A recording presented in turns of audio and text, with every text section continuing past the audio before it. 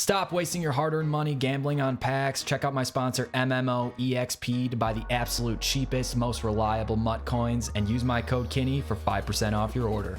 What's going on, guys? My name is Ken Ross. On YouTube, I go by Kinney Games. Today, we're here to talk about 3 different coin making methods that I think you're probably most likely sleeping on. I haven't seen these talked about in the community much. They're talked about high level, but I don't think people really go into detail with them. So without further ado, guys, let's get into it. So I know I said 3, but it's probably closer to like 2.5. Anyways, the first one here is probably the simplest or the easiest, whatever the correct English is. Pretty much just go into your solo challenges and play all your solo challenges. I'm just kidding. Of course, that's not actually the method. What I want you to do is go to the legends here and essentially just play your legends power-ups. Now, there are a few that are actually really profitable here because not only do you get a couple thousand coins for completing the actual, like you get 6,000 coins here for doing these 2 solos, but on top of that, you can sell these cards, these power-ups, and some of them actually go for a decent amount. So the top 5 are the most expensive ones as of right now, as of recording this video, are Morton Anderson, who's going for like over 25k, Dion, who's going for like 15k, John Randall is going for like 13k, Bo Jackson is going for like 14k, and Lawrence Taylor, who's going for like 12k. You guys do those 5 challenges on top of making the 18,000 coins you're gonna make from that. You'll make another like 50 to 60k just from selling those power-ups. That's after tax too. I mean, it's super easy, right? You just play a full game. You don't even need to get full stars on it. Go through, check these. I think the Morton Anderson was what, Legends Release 2. I obviously did that already. I sold Morton Anderson. I made like 25,000 coins off of him. Depending on when you watch this video, it might be a little different, but don't sleep on these Legends challenges, man. I know they're a hassle because they're full games, but they are so worth it because of the ability to sell the power up. For me, I still have like Mike Vick waiting on deck because I think that guy's going to get a golden ticket down the road and he'll be even more expensive. So you can also kind of hedge your bets and invest a little bit there in some of those power ups that you think might be more expensive down the road. Totally your call. But don't sleep on these because trust me, like I said, Morton Anderson like 20k. All those other ones I listed off over like 12 to 15k. It's really quick coins, super easy coins, but that's it for the first method. Let's get into the second one. The second method, guys, is going to have you going into the store over to the players tab and just opening up some get a player packs. Essentially, we're going to be exchanging these up and selling them on the market. There's certain exchange paths that you want to do with this, but right here, if you pull a 75 plus, that's immediately a sell. I mean, you can sell these if you want, or you can keep them. That'll sell for like 1,500 coins, which is instant profit. You paid 500 for the pack, you sell it for 1,500, bam, instant profit. And you get to open up packs, which is always really fun because you do have a chance to pull something great here.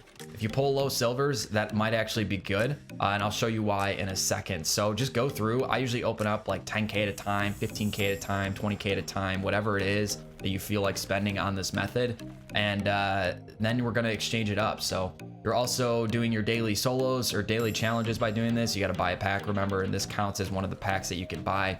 I went on a bad streak there, 3 bad cards in a row, but there's plenty of times I pull like 86 elites, 83 elites, whatever it is out of those, and those sell, and that's instant profit, right? So then you go over to your sets, and then we're just going to exchange these up. So if you go all the way to the exchange, player exchange, you can exchange these up. So the 66 to 69, you essentially just exchange these up to that, and then you exchange a 70 to 74 overall gold. And then from there, what we want to do is we actually want to back out to the Superstar MVP. So that'll be in the archive. Go to Superstar MVP and then scroll all the way to the bottom, and we have another exchange gold player pack kind of thing here.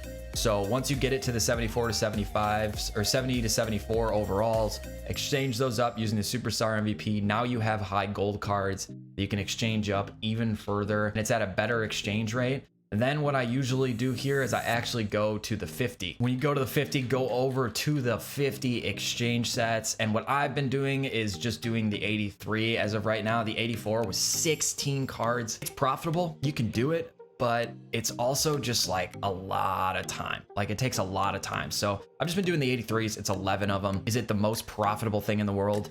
No. Is it going to be a grind? Absolutely. But if like you don't feel like playing the game, don't want to snipe, this is a great thing to do, especially if you have a ton of cards built up and you want to exchange them out. Sell these cards on Friday mornings when the 50 comes out. Especially if there's a good 50 card out, it can be really profitable. People will pay double, triple, sometimes the amount. And that would only be if you're doing the current highest. So that would be like 84 for right now, or later on, probably 85. But for right now, you want to just do the 83s, try to sell them on pretty much any day.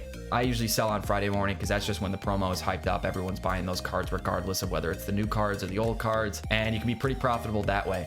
But the second part of this, and the reason why I kind of said it's like 2.5 or maybe like 3 coin making methods essentially, is because what else I've been doing is just going to my item binder when I pull these silvers and checking which ones are going for a lot. So if I sort by overall here and go to ascending, you guys can see quality silver, and some of these cards, guys, are going for a stupid amount. Like, I mean a really stupid amount. So like Kyle Fuller, okay, he's a center for Seahawks. Guy's selling for 5,000 coins, and he'll sell. People are building their theme teams. What I do when I post these cards is I usually post them for a little longer. So I'll post this card for probably 12 hours or so, which gives them a better chance to sell, because not always going to catch someone right away that's trying to buy that. But if I pull them out of a gap, I mean, that's instant profit, right? That's 5,000 coins made. That's insane.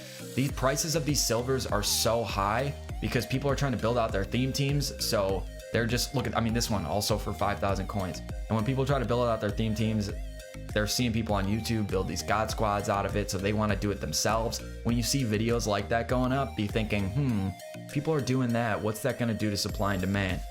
You think through that principle, and then eventually you're going to get to a lot of profit from it. And so, I'll keep making these videos, telling you guys what to do when things like this happen. But go through before you just exchange up your silvers. I'd actually recommend you go through and actually check. I mean, Will Clapp, thanks MMG for making him ridiculously overdone and sought after. He usually goes for a lot of coins too. I honestly could probably buy and flip that 2,500. I'm not going to do it, but go through on these silvers and check which ones sell for a lot. The ones that don't, just go ahead and exchange them up, and then you can make a lot of coins from that. It's super easy to do. That's really it there. And then I've shotted this out in a previous video before. This is another method that you guys can do. I have more details in the other video about this, but I'm just going to mention it here in this video to remind you that it's still working. If you want to do these team affinity, team builders, the 84 overall, these are still profitable, especially with the market down low. EA actually increased pack rates a little bit, which has driven the market way down without telling us. So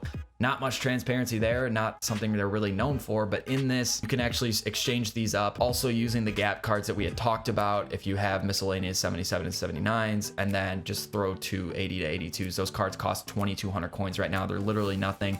You can find cards that are selling for 25K, 30K, 35K, sort through on Mutthead through team builders, see which are most expensive, and then sell them up, make a massive profit from it. Just wanted to plug that method again because it's still working.